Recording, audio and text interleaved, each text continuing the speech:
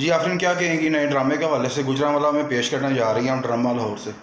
जी 20 सितंबर से मैं Gujranwala capital theatre में ड्रामा करने के लिए जा रही हूँ और तकरीबन काफ़ी देर के बाद जा रही हूँ। लाहौर काम कर रही थी, लाहौर बहुत अच्छा रिस्पांस रहा। उम्मीद है कि गुजरांवाला भी अच्छा जाएगा।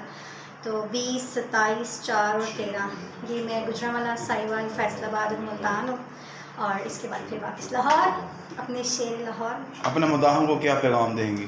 फैंस को यही हमारा पैगाम है कि हम जितनी भी लड़कियां काम कर रही हैं, जितनी भी बड़ी आर्टिस्टें हैं, सेलिब्रिटीज़ हैं, स्टार हैं, जूनियर हैं, सीनियर हैं, वो सब लोग आप लोगों के लिए आती हैं, आप लोगों के लिए इतनी ख़ास तैयारी करके आती हैं, ख़ास कपड़े, ख़ास गाने, सिर्फ इसलिए कि आप लोग उनको अपने शहर में देख सकें। तो आप सब आएँ और उनको बहुत बहुत बहुत ज़्यादा अप्रिशिएट करें। स्पेशल क्या आइटम जो है तैयार की है आपने मुदाहों के लिए आउटडोर में?